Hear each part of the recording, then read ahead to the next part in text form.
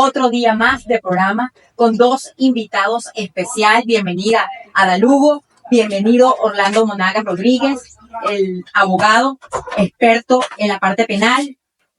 Doctor, el proceso penal democrático, el proceso justo, ¿por qué ese título?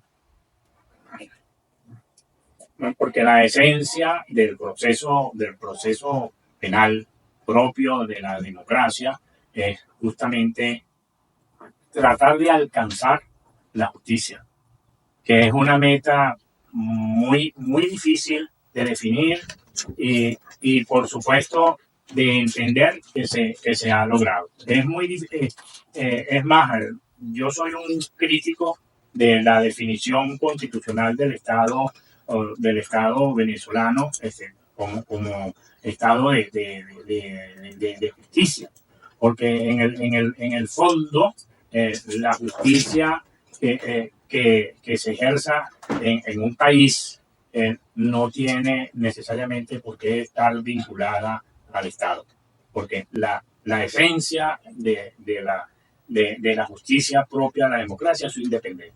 Excelente. Vamos a leer un poquito de su vida para que la gente se ubique. ¿Quién es usted? Orlando Monagas Rodríguez. Nació en Caracas el 27 de octubre de 1942. Abogado egresado de la Universidad Central de Venezuela en 1967. Dedicado al litigio en lo penal. Profesor de Derecho Procesal Penal de la Universidad Central de Venezuela. Profesor en cursos de posgrado de la Universidad Central de Venezuela en pruebas penales, derecho de amparo, derecho procesal constitucional, cursos monográficos, las defensas y las excepciones en el proceso penal e instituciones fundamentales del proceso penal, y en los cursos de ampliación de derecho procesal. Profesor de curso de posgrado de la Universidad Católica Andrés Bello, dictando la materia de Derecho Procesal Penal 2. Profesor de curso de especialización del Ministerio Público auspiciado por la Universidad Central de Venezuela, dictando la materia del Ministerio Público y el proceso penal. Profesor de los cursos itinerantes a nivel superior de la Universidad Católica Andrés Bello, conferencistas de temas de derecho procesal penal y pruebas penales. Corredactor del anteproyecto de ley contra el uso indebido de las drogas, auspiciado por la Fiscalía General de la República de Venezuela. Miembro del Comité de Árbitros del Instituto de Ciencias Penales de la Universidad Central de Venezuela. Ha publicado trabajos jurídicos entre los que destacan las personas jurídicas como sujetos pasivos de los delitos contra el honor. ¡Wow! ¡Qué título, qué tema, qué trayectoria, doctor! De verdad lo felicito. Gracias. Cuéntanos un poquito toda esa trayectoria, cómo se siente de ser un plus para Venezuela, toda esta colaboración que nos ha dado, esa enseñanza para esa cantidad de alumnos día a día. Bueno, le agradezco el agregado. La verdad es que son actuaciones que simplemente se me han presentado en la vida. Claro, a medida que uno crece y se despierta, tiene aspiraciones, pero digamos que una cosa es lo que uno piensa y otras cosas son las que llegan. Exacto. Si usted quiere, lo que se logra. Muy bien, ya están los radioescuchas activos. Sila, es verdad, tenemos todos los recursos, pero tenemos que tener fe, fuerza y perseverancia. Silvia, buenas tardes. Saludos. Silvia, la unión es fundamental para el logro de una Venezuela progresista. Doctor, ¿qué le diría a Silvia? Claro, en la unión está la fuerza, no hay duda, pero hay que pensar también en la diversidad y en el respeto el respeto al derecho ajeno. En eso hay que tener siempre presente a Benito Juárez. El respeto al derecho ajeno es la paz. Es así, muy importante. ¿Cuáles son las principales estrategias de defensa de un caso penal? Bueno,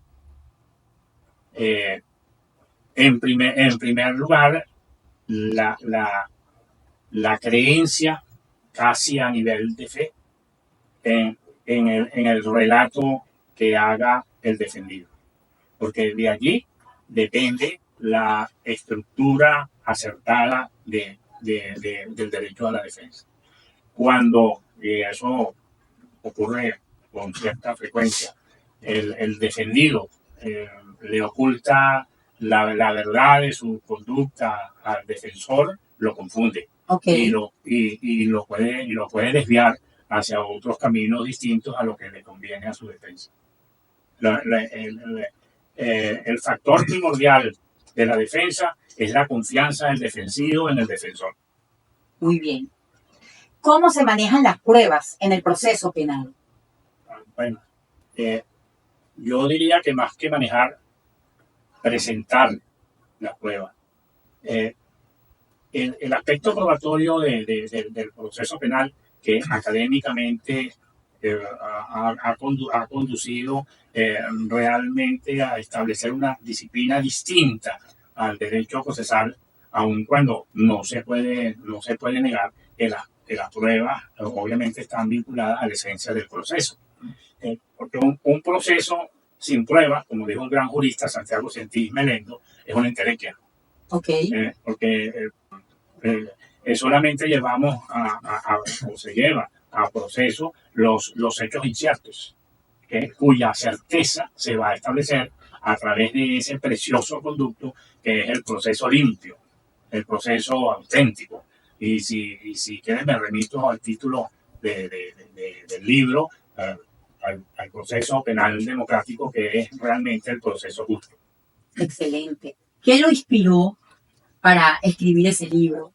¿Cuántos libros ha escrito en su trayectoria como profesional experto en el derecho? Bueno, yo tengo diversos trabajos monográficos, pero realmente, digamos, mi obra principal es justamente el proceso penal democrático, que lo tengo en revisión para tratar de ampliarlo en el aspecto probatorio del proceso penal, que es una parte muy ágida y muy esencial, tan esencial que es el determinante de la sentencia. Sin pruebas no hay sentencia justa. Porque en todo caso, cuando hay ausencia de prueba, no hay otra decisión distinta que la absolución. Excelente. ¿Qué papel juega el derecho de amparo en los procesos penales, doctor? Bueno, son dos cosas distintas que no se pueden confundir. Porque la acción de amparo, que más que recurso de amparo, es una acción que corresponde al derecho constitucional, que obviamente es el derecho supremo, en el sentido de que el ordenamiento jurídico está regido esencialmente por las disposiciones que están contenidas en la Carta Constitucional. Excelente. Bueno, ahí están los radioescuchas activos. Leandro, dicen que el arte de ganar se aprende en las derrotas. ¿Qué piensa al respecto? Bueno, eso lo puede haber dicho el general Páez, Okay. pero un jurista no puede expresarse de esa manera. Los juicios no son una batalla, a pesar de que tiene confrontación, obviamente es una confrontación sobre razones, con racionalidad. Entonces no se puede comparar una batalla con un proceso. Excelente. ¿Cuáles son los desafíos más comunes que enfrentan los abogados en litigios penales? Vamos a una pausa musical y ya regresamos con la respuesta. Sintonía al día con la periodista Ana Karina Estopiñán. Y continuamos con nuestro programa Sintonía al Día, con unos invitados de lujo. Orlando Monagas Rodríguez, abogado egresado de la Universidad Central de Venezuela. Orlando, actualmente estás activo dando clases. Sí. Háblanos un poquito de eso para conocer más Wow. de un señor con tanto conocimiento, tanta enseñanza, tanto que darnos a Venezuela. La verdad es que mi trayectoria ha sido larga gracias a la paciencia de las autoridades de la Universidad Central de Venezuela, particularmente del decanato de la Facultad de Derecho, y también de quienes han sido directores de la escuela. Bueno, yo me siento como privilegiado por esa posición que seguramente es inmerecida, pero yo me formé en esa escuela y siempre quise retribuirle lo que me dio. Excelente. No sé si lograré compensarla, pero esa es mi intención. Qué bella esa filosofía y ese pensamiento, valores y principios. Vamos con la pregunta. ¿Cuáles son los desafíos más comunes que enfrentan los abogados en litigios penales, doctor? aunque hay diferentes posiciones en los procesos penales, pero quienes tenemos la tendencia a figurar como defensores es justamente creer en, en el relato que hace el defendido. Y en ese sentido hay que exigirle a la persona que uno representa que simple y llanamente le diga la verdad. Así es. La sinceridad, la honestidad. Es decir, dígame cuál fue efectivamente su conducta. Yo tuve un caso muy difícil que, bueno, Dios me favoreció. Defendí un caso de defensa putativa. Ok. ¿De qué se trata para que los radioescuchas entiendan? A eso. Existe la figura de la legítima defensa, que está perfectamente descrita en el Código Penal. Pero lo putativo en derecho es lo que se parece a lo legítimo, a lo legalmente legítimo. Aunque parezca una contradicción en los términos, no lo es. Porque hijos son todos los que nacen de un padre y de una madre. Pero las legislaciones suelen, ya la venezolana no, pero las legislaciones suelen distinguir odiosamente entre hijos legítimos e hijos naturales. Así es. Hoy día el derecho moderno simple y llanamente habla de hijos, sin distinción, porque esa distinción es odiosa por ser discriminatoria, sobre todo desde el punto de vista social. Es así, doctor. Aquí ya están los radioescuchas activos. Patricio, un caso gigantesco. Acláranos eso, Patricio. Leandro, ¿cuál es el sistema de justicia penal que actualmente se aplica en Venezuela, doctor? Entrar en calificativos en materia procesal, en términos generales, no tiene cabida, porque todo proceso debe ser justo. En el sentido de que el proceso tiene una descripción previa. Cuando llegamos a un juicio, tenemos ya definida, por supuesto, en la ley y en la Constitución, la estructura de ese proceso, en el sentido de que como el proceso está concebido como una sucesión de actos, la ley ordinaria tiene que definir perfectamente esa secuencia de manera que los litigantes sepan a qué atenerse y cómo comportarse dentro de los respectivos procesos. Porque no solamente existe el proceso penal, existen procesos en las otras materias jurídicas, en lo civil, en lo mercantil, en lo contencioso administrativo, en lo procesal constitucional y también en el derecho tributario. Excelente. Carrero, ¿cuántos tribunales penales hay en Venezuela y cómo es la distribución y cómo lleva la distribución de los casos de los que tanto he escuchado hablar? Bueno, en número no lo sé decir, pero generalmente en un mínimo cada circunscripción judicial tiene por lo menos 2 o 3 tribunales penales. En Venezuela existen solamente tribunales de primera instancia no penales, los tribunales superiores y por supuesto los tribunales es decir, la Corte o el Tribunal Supremo, que no es un tribunal ordinario, sino que conoce de un recurso que aunque en su naturaleza es ordinario, por no ser tan común se califica de extraordinario, que es el recurso de casación. Excelente. Pernía, buenas tardes. ¿Cómo se clasifican las leyes penales en nuestro país? Bueno, la verdad es que tenemos una ley penal común, que es el Código Penal, y las respectivas leyes especiales punitivas que ha sancionado el Poder Legislativo. Excelente. Tito, doctor, usted puede decir que hay celeridad. En la justicia venezolana no hay celeridad.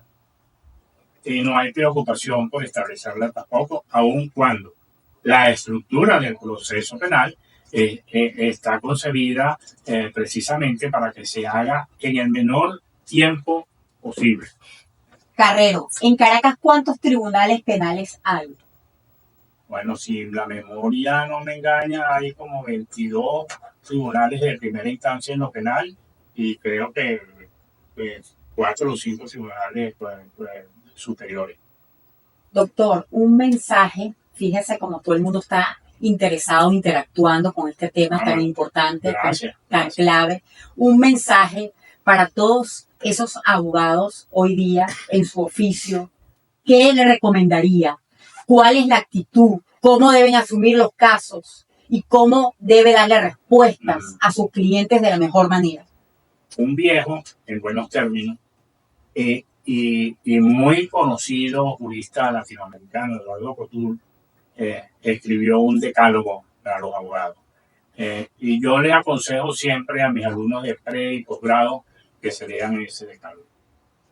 ¿De qué se trata? ¿No? Bueno, Una antesala. simple y llanamente invoca la rectitud en el ejercicio de la profesión. ¡Bravo! ¡Un aplauso!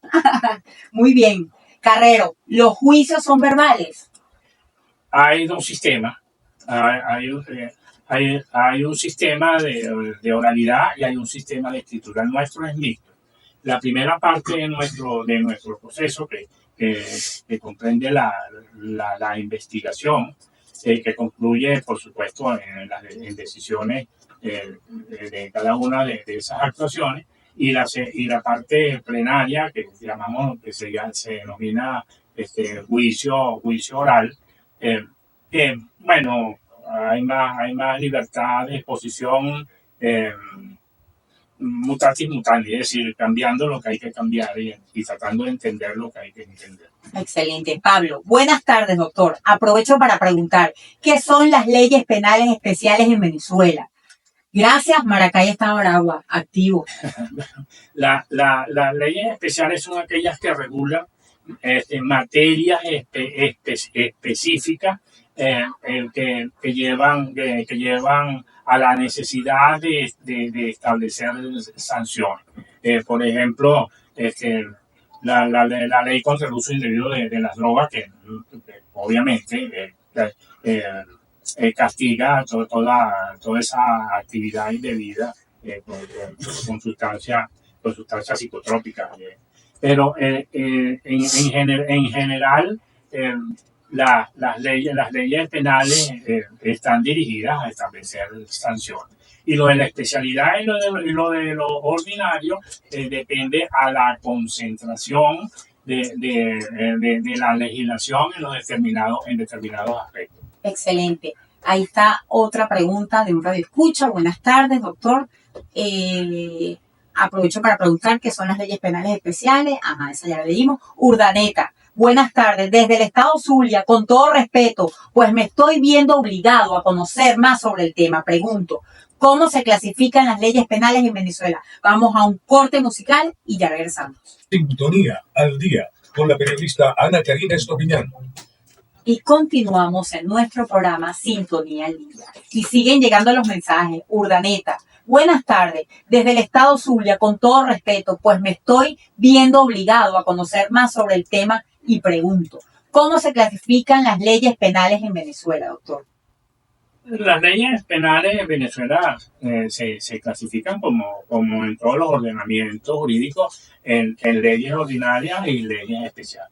La ley penal ordinaria es el código penal. Y la ley contra el uso indebido de las drogas, permítaseme designarla así, o las otras leyes, las otras leyes penales que regulan delitos cometidos en determinadas actividades, por ejemplo, como las leyes penales en lo impositivo. Okay. Y en materia de Hacienda son leyes especiales, pero la ley penal por excelencia obviamente es el Código Penal. y las leyes especiales pues regulan las sanciones en actividades distinguidas. Excelente. Iván, ¿los juicios orales cuánto tiempo pueden durar para que se produzca una sentencia? Bueno, los juicios orales que han sido establecidos con el ánimo de lograr una justicia desarrollada en el menor tiempo posible, sin embargo, por razones muy complejas de explicar, ese fin no se ha logrado, pero eso está previsto como para que un proceso no se extienda más allá de 6 a 8 meses, que obviamente ha sido muy difícil de lograr, sobre todo por el cúmulo de causas penales que llegan a superar hasta 2.000 y 3.000 causas para un solo juez. Eso es excelente. Migdalia, buenas tardes. Es cierto que el derecho penal especial es digamos, especialización dentro de esta ciencia jurídica, la California Norte activa. Bueno, existe el derecho penal ordinario, que es el que se contempla el Código Penal, pero hay diversas actividades humanas que por su esencia y desarrollo necesariamente deben contener disposiciones de carácter penal. ¿Y cuáles son? Bueno, ¿cuáles son esas disposiciones? Aquellas que establecen una conducta que merece castigo. Excelente. Esto es una asesoría jurídica. Bienvenidos a todos los venezolanos. Aquí tenemos al doctor especializado. Juan Vicente. Hola, Anna. Como siempre, con invitados interesantes. ¿A qué se deberá que, por ejemplo, hay reos con sentencias ya dictadas de liberación y no se ejecutan con celeridad?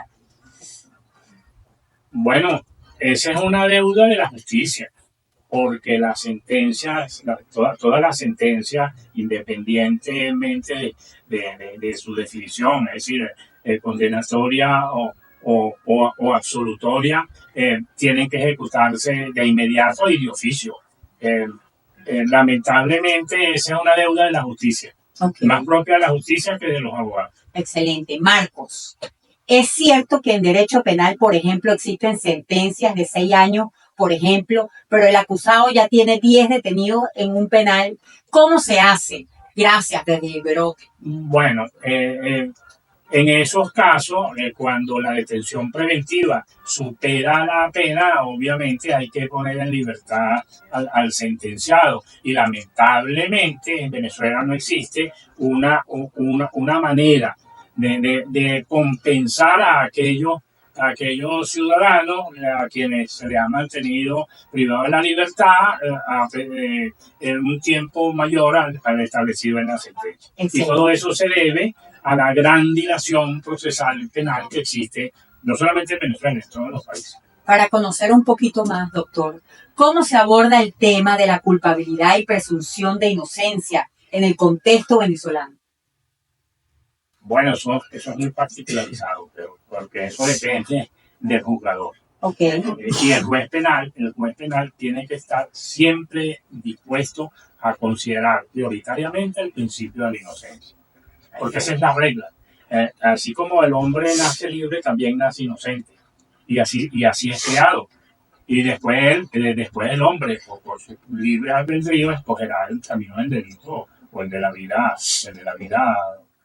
decente. Es inocente hasta que se demuestre lo contrario. Desde luego, pero sabemos lo que ocurre es que el juicio penal, pues no hay otra manera de hacerlo, ocurre antes de la sentencia, porque para lograr sentencia tiene que haber proceso.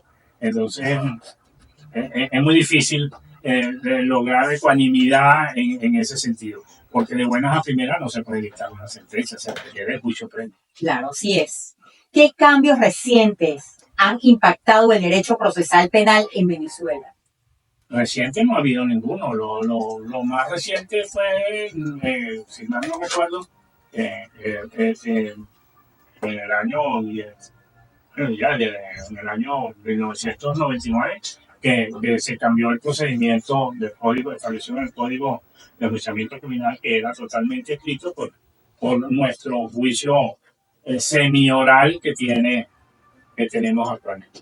Aquí siguen llegando los mensajes. Iván, Hoy día se está viendo mucha violencia en las parejas y hogares. ¿Qué tiene que decirle, doctor, a todos los venezolanos con respecto a esa violencia que realmente, y es lamentable decirlo, se está viendo? Ese es un problema de adultos, entonces tenemos que autocorregirnos. Así es. Nada, y obviamente comportamos como debemos, hombres y mujeres, porque no es solamente que el hombre agrede a las mujeres, porque hoy día las mujeres también agreden a los maridos. Es correcto. ¿Cómo influye el contexto social y político en la defensa penal?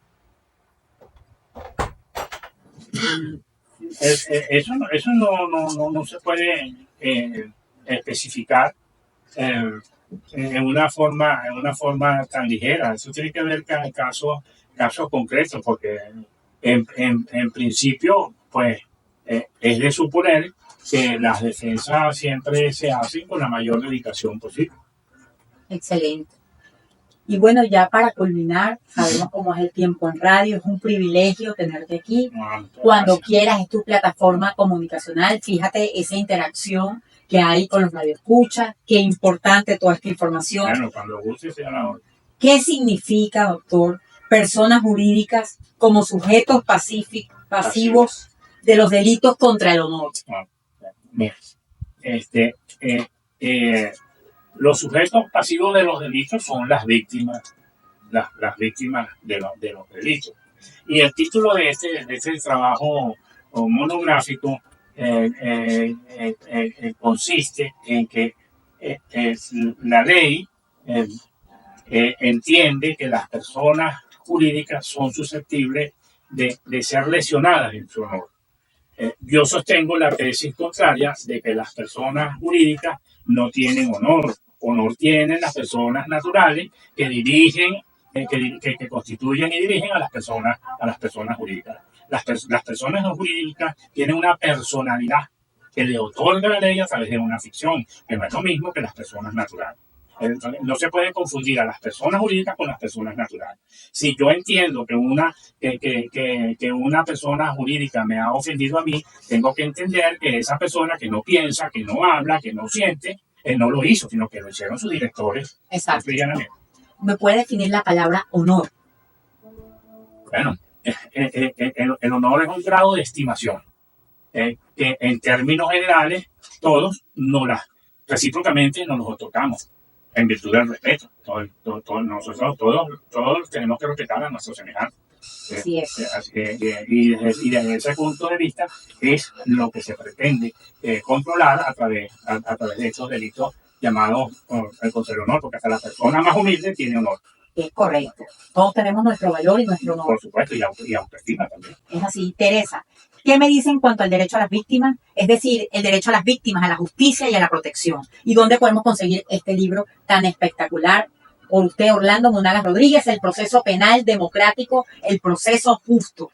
Bueno, el derecho de las víctimas está en manos del Ministerio Público y, por supuesto, de los jueces y de las propias víctimas cuando participan directamente en los procesos penales. En cuanto al proceso penal democrático, ese es un libro que yo no escribí para comerciar. Ok. A mí me quedan unos pocos ejemplares, pero siempre lo que he hecho es regalarlos a las universidades, a personas conocidas. Podemos hacer un concurso, le pongo esta plataforma a la orden para los libros que usted quiera donar, para toda esa gente que quiera aprender. Bueno, encantado, sobre todo si son estudiantes. Excelente, muy bien.